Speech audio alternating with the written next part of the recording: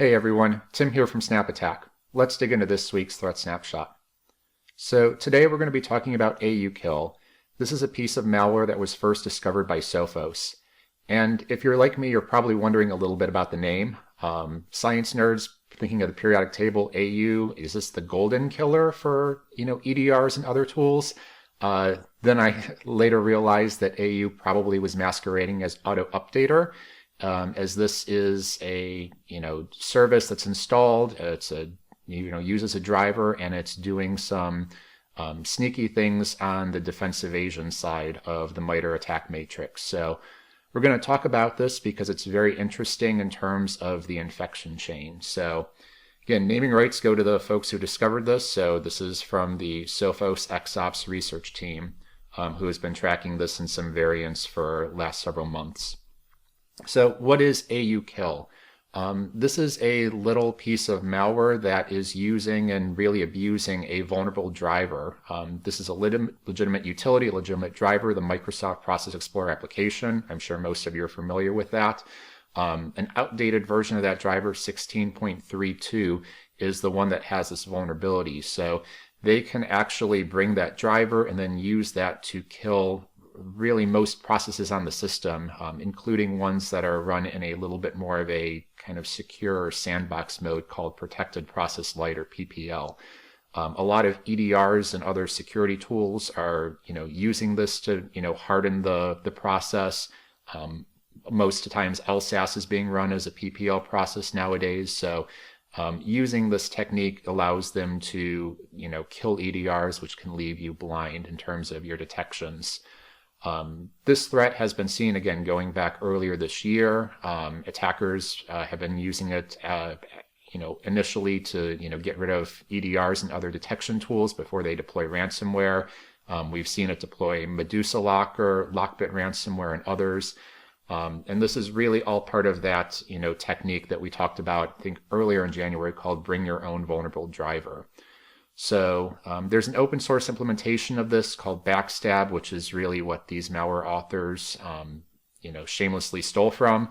And again, so this AuKill, again, it's going to masquerade, I think, as an auto update utility. It'll live in the Windows services, and it's going to basically go through a loop, and it's going to, if we kind of scroll down here, it's going to look for some of the specific tools, the process names that are in there, including Defender, Sophos, and it's going to either terminate the process, terminate the thread, disable services, and unload drivers. So it is definitely, again, something to look for. And again, if we're looking at this, where does this fit in the chain? So this is after an attacker has had initial access to the system.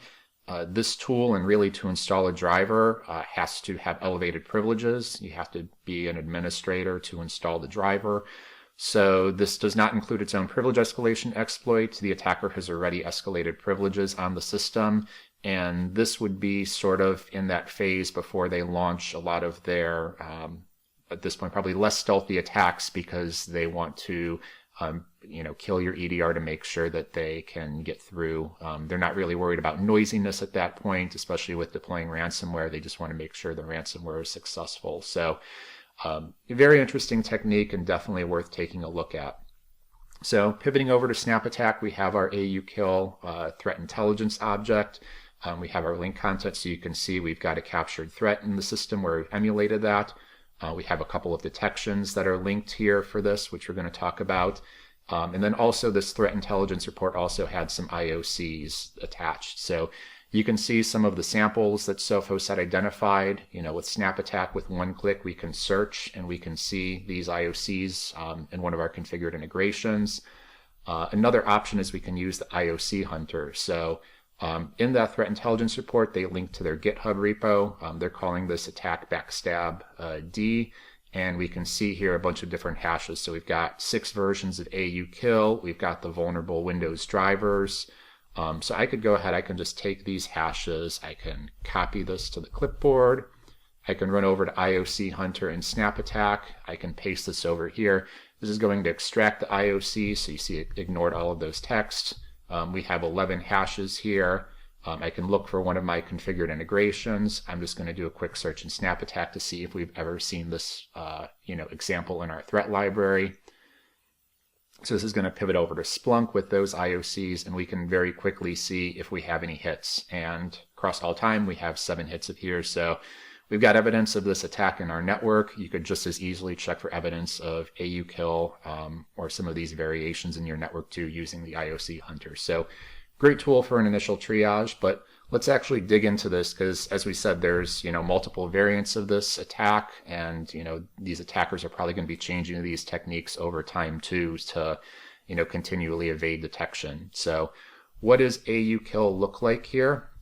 We've got this captured threat. I'm going to maximize this, and we're going to talk through what's going on here. So we've got Process Explorer up. You can see we've got Windows Defender on here. That's the MSMP engine. This Process Explorer is not the vulnerable version. It is using the driver, but it is also using it to monitor the tool. Really, AuKill here that we have, then this is going to be a self-contained binary. It includes the driver. Part of that process is it's going to drop that driver to disk. It's going to install that driver into the System32 directory, and it's going to start the service. So right now we haven't even really launched the attack. We're, again, mentioned this does not come with its own privilege escalation, so we're going to open up an administrator shell. We're going to run the AuKill binary. This was called Sophos, and there is an important part. There is a password that is on here, start key. If you don't use the password, you'll probably get a crash dump or an error, and it will obviously not do the things that you want to do.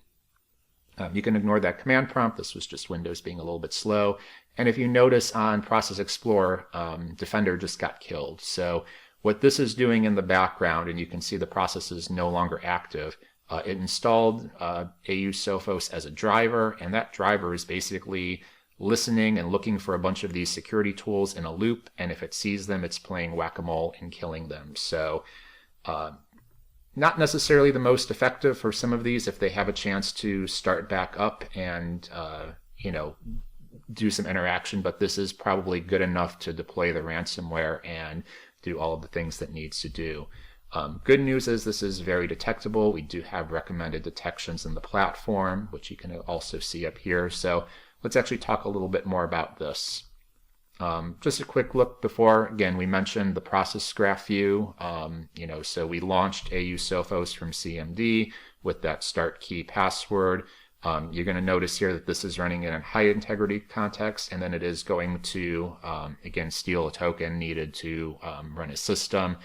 That then is going to install the service. So under services exe, we can later see Sophos is being run, again, with system level privileges. That's going to allow it to, use this driver in the way that it needs to, and ultimately, kill some of these protected processes. So beside that, just wanted to show a little bit of what this sort of behavior looks like.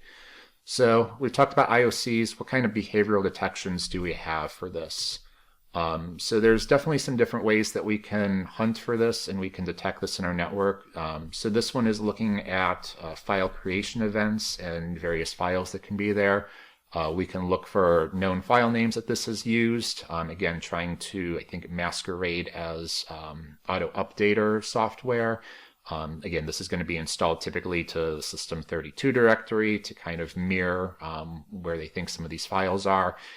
This also drops and installs the procexp.sys driver into the System32 directory. So there might be some false positives here because, again, the actual Process Explorer binary, if you are using that in your environment, is going to also install and load that driver.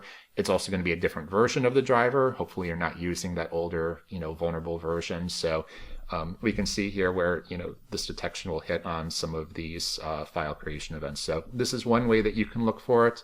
Another way is the service creation. So using some of the built-in Windows logs, 4697, we can see here that this service is being created. Service is running as local system. So this is again a good way to look for Sophos being installed. Again, also a good thing to generally hunt for is what sort of things are services are being created on a host.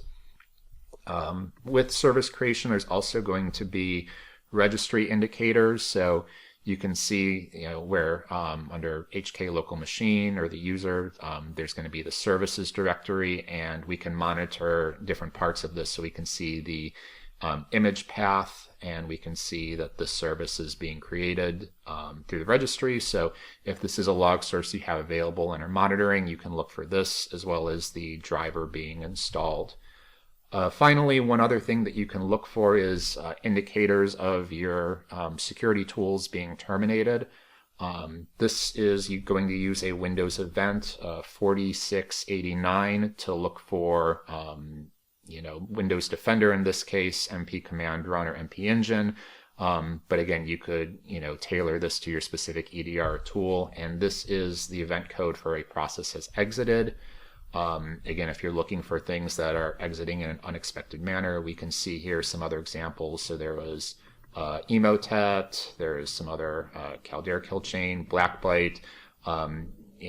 This is definitely going to be a little bit noisier, needs some tuning, but with some work you can definitely see, hey, is my security tool being defeated? Is it being stopped in a weird way? And especially if there's some other context here. So looking and seeing that service creation, seeing that driver, and then seeing defender killed probably is a good indicator that this attack has been successful.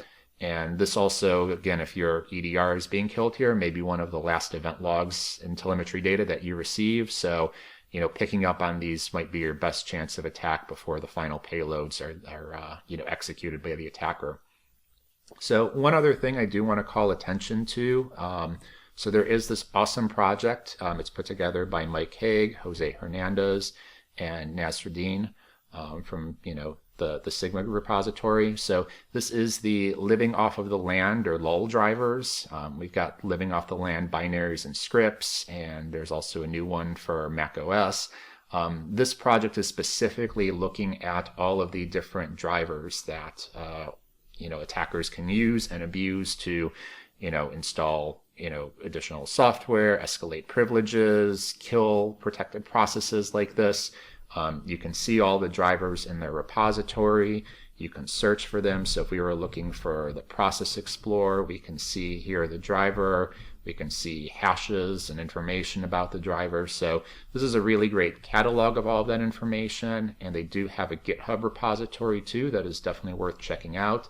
They do have detections both in Sigma format, hashes, and other formats that you can use. And it just has all that information here. So they're going to keep this up to date as there are new drivers that we see attackers using and abusing. And again, as I said earlier this year, this is probably going to be a technique that you're going to see a lot because it is very powerful. And these are legitimate signed drivers that are going to be used and abused. So there is a chance that they will be seen in a network ordinarily. They can kind of blend in the background, and they really are powerful and can help an attacker. So definitely something you want to keep an eye out for, and wanted to bring attention to this awesome project. So that's our Threat Snapshot for this week. Hope you enjoyed. It is a weekly series. Like, subscribe, comment below the video, and we'll see you next week.